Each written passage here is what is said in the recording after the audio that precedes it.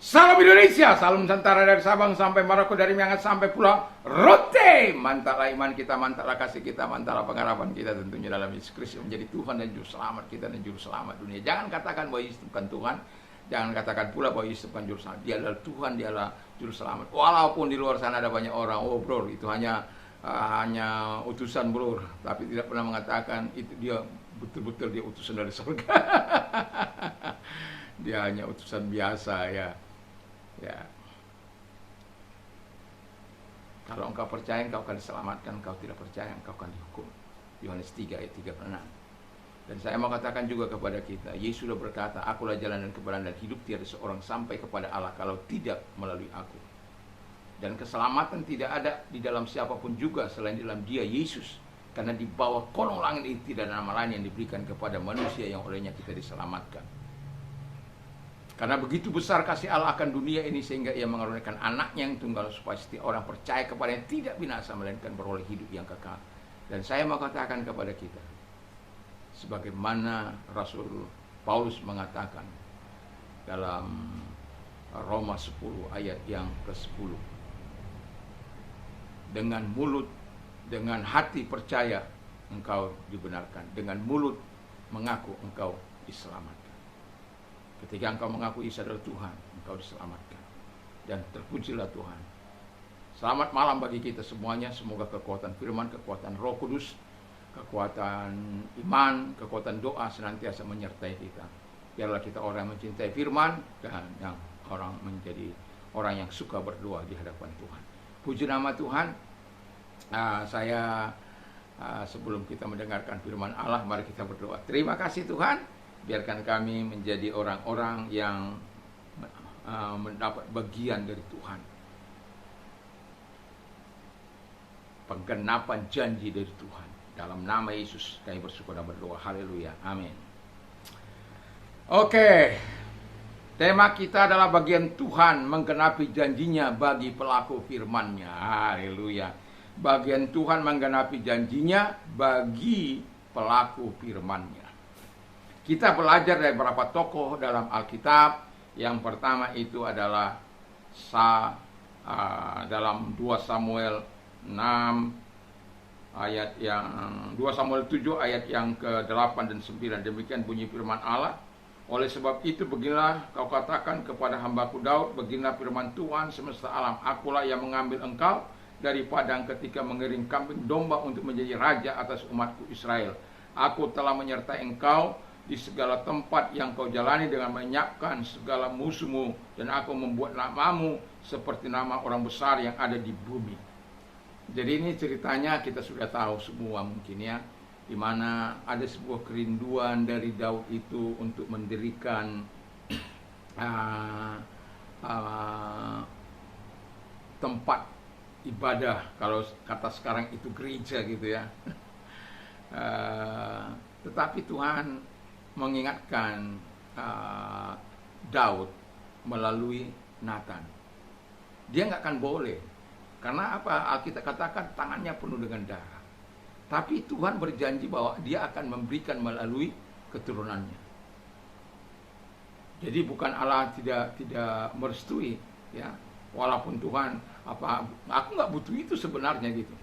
Tapi karena Daud dia akhirnya menyatakan dia nggak boleh, tetapi keturunannya akan dipersilakan karena tangannya penuh dengan banyak dosa dan kejahatan dan kesalahan. Nah, jadi yang pertama kita lihat dari Daud ya, aku membuat namamu besar ya, namamu besar. Dan kalau Allah membuat namanya besar, dan kita lihat dari gembala kambing domba menjadi raja di padang gurun sana yang tidak ada orang mungkin. Dia hanya dengan dia dan kambing, karena pada waktu itu kan kita sudah tahu bagaimana serigala, bagaimana harimau yang bisa saja menerkam dia, tetapi Alkitab sudah mengatakan beruang datang, beruang dihajarnya. Dan binatang apapun yang datang menerkam kambing dombanya dia akan hajar. Pipinya masih kemerah-merahan, masih remaja, tapi keberaniannya patut diajung jempol. Karena ketergantungan sepenuhnya kepada Tuhan. Itu sebabnya dia nggak ada ketakutan sama dia. Kita lihat saja bagaimana pada waktu orang Israel mengalami ketakutan di bawah pimpinan Saul menghadapi Goliat itu atau Goliat itu. Dia kan nggak takut. Bahkan dikatakan kau datang dengan pedang dan lembing, tapi aku datang dengan nama Tuhan Allah barisan Israel yang kau tantang itu. Oh, mantap kan? Keberaniannya sangat luar biasa. Dan Tuhan mengatakan kepada dia, aku yang mengangkat engkau dari padang sana untuk menjadi raja. Lalu dikatakan apa? Menyertai di segala tempat. Jadi itu sebabnya dimanapun dia ada, Tuhan ada di situ. Dalam pengejaran Saul, Tuhan selalu bisa menolong dia. Dan bahkan Tuhan memberikan kesempatan untuk membunuh ini si Raja Saul, tapi dia tidak lakukan. Aku tidak akan menjamah orang yang diurapi, walaupun Tuhan sudah meninggalkan Saul. Karena apa? Dia tahu siapa Allah itu.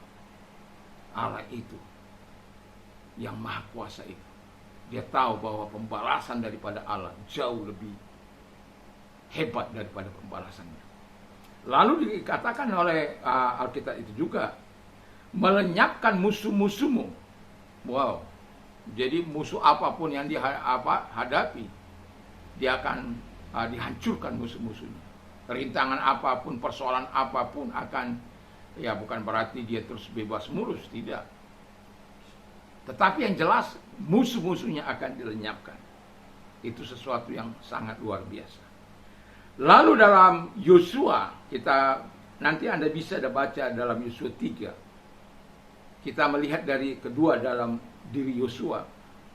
Dan Allah berkata, aku mulai membuat namamu besar. Ya, aku membuat mulai namamu besar di mata seluruh orang Israel. Ini hal yang sangat penting. Seperti dahulu aku menyertai Musa, demikianlah aku menyertai engkau. Wow. Ini kita tahu bangsa ini adalah bangsa yang tegar tengkuk, keras kepala, bebal kebal. Sedikit saja ada masalah, mereka akan mempersalahkan Tuhan, mempersalahkan pemimpin mereka. Akan segera murtad dan sangat mudah menyakiti sesama dan menyakiti Tuhan. Dan itu sebabnya Tuhan menghukum mereka mati di padang gurun. Yang sebaya dengan dia itu, tidak ada yang selamat sampai ke tanah perjanjian itu, terkecuali Kaleb bin Yefune dan dia sendiri. Itu sebabnya sama seperti aku menyertai Musa, aku akan menyertai engkau. Aku akan membuat namamu besar. Jadi penyertaan Tuhan itu menandakan keberadaan Allah yang menyertai kita. Itu menandakan kehebatan Allah itu menyertai kita. Kuasa Allah itu menyertai kita. Dan itu sebabnya ada banyak hal-hal yang luar biasa yang Tuhan lakukan melalui Yosua.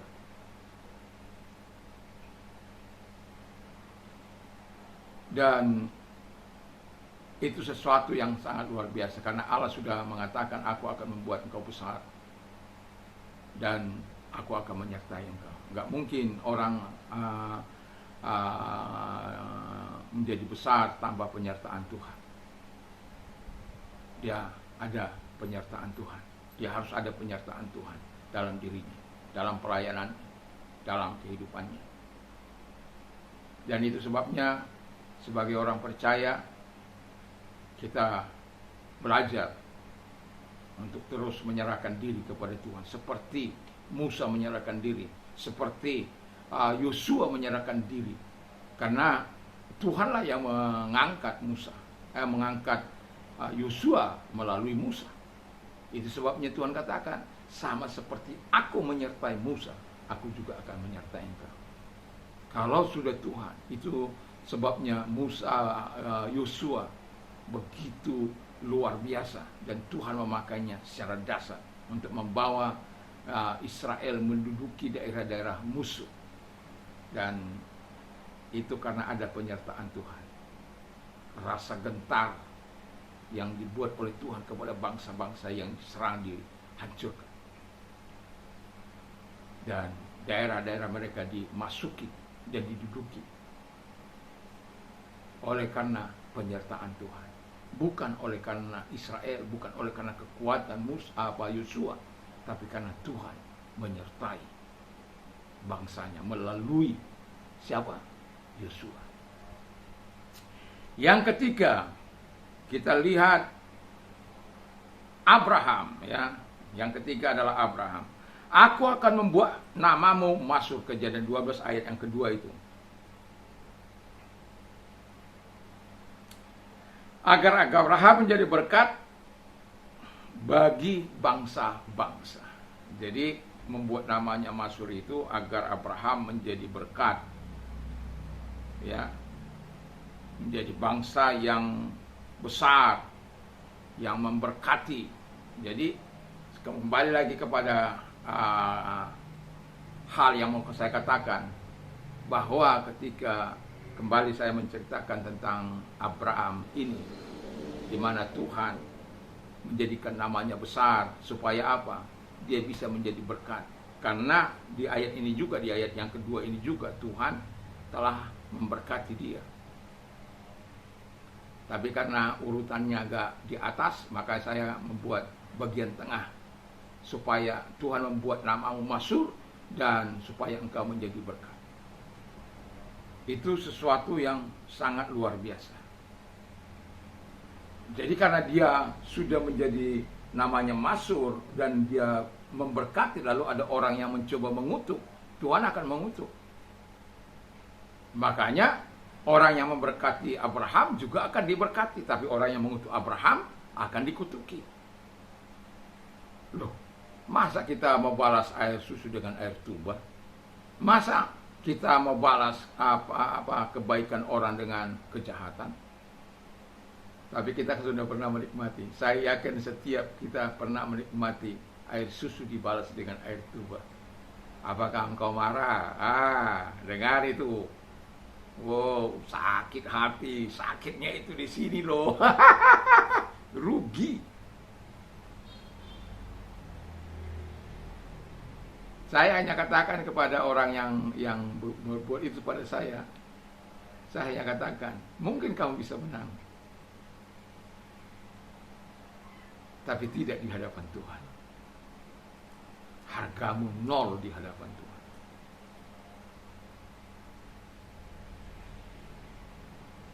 Bayangkan kita membawa orang lalu mau supaya bekerja sama, dia gunting dalam lipatan gitu, ya.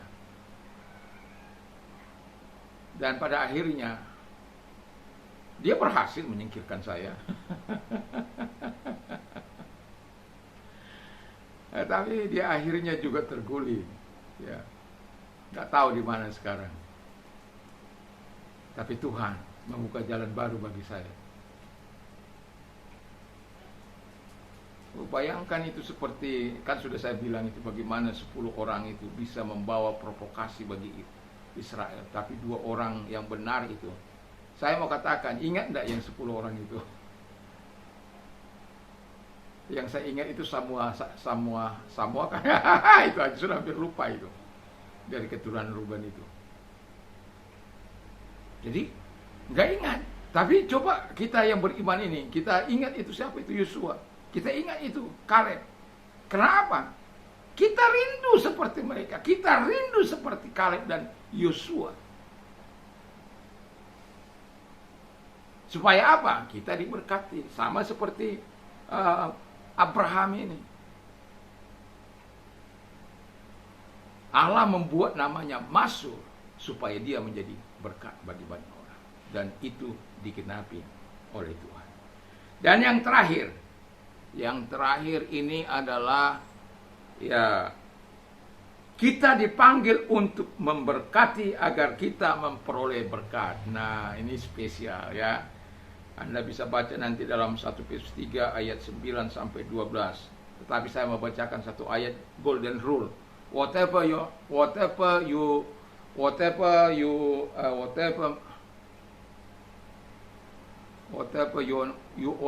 meant to do to you, do also to them. For this the law and the prophet.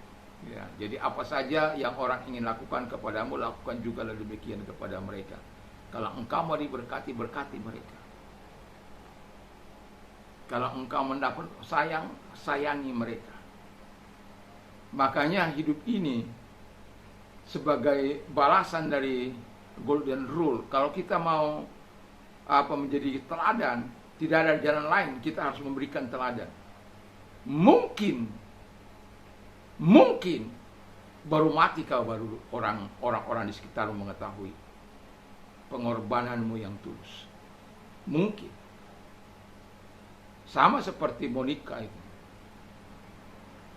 17 tahun mendoakan anaknya yang berutang,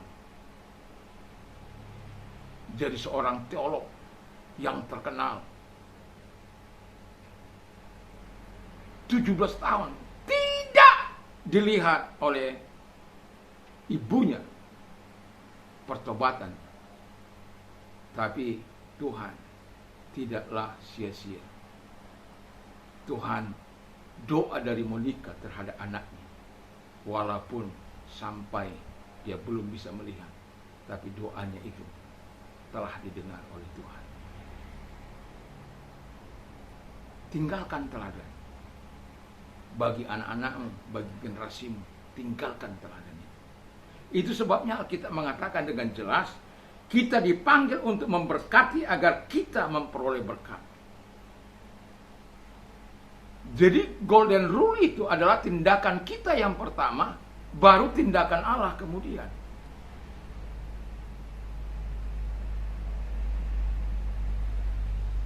Itu sebabnya inilah satu-satunya golden rule kita. Ada banyak aturan, tetapi saya mau katakan golden rule ini hukum positifnya Tuhan yang diajarkan kepada kita. Kalau semua adalah hukum negatif. Kalau engkau berbuat ini, aku akan berbuat ini. Kalau engkau jahat, aku lebih jahat. Kalau engkau baik, aku lebih baik.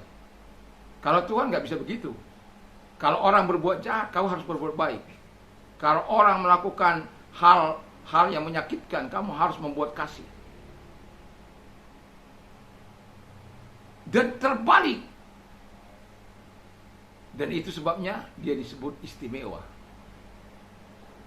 Luar biasa. Dan saya mau katakan, bagian Tuhan menggenapi janjinya bagi pelaku firman Allah. Jadi kalau engkau mau menikmati penggenapan Tuhan bagi dirimu, atau bagian Tuhan menggenapi janjinya kepada dirimu, jadilah pelaku firman Allah. Jangan berharap kamu akan menikmati kebaikan-kebaikan firman Allah sementara kamu hidup dalam pemberontakan, hidup dalam kekerasan, hidup dalam ketidakbenaran. Tapi kamu meminta yang terbaik dari Tuhan. Kalau engkau meminta yang terbaik dari Tuhan, lakukan yang terbaik bagi Tuhan. Dengan cara apa? Taat kepada firman Allah, lakukan kehendaknya, menyenangkan hati Allah sepanjang umur hidup kita. Dan lihatlah itu, itulah sebabnya Daud berkata, dahulu aku muda, sekarang aku sudah menjadi tua, tapi tidak pernah keturunan orang benar itu aku lihat meminta-minta. Karena apa? Janjinya iya dan amin. Itu sebabnya pesan Daud kepada Salomo, supaya engkau taat. Tapi karena Salomo gagal, Tuhan memecah kerajaan.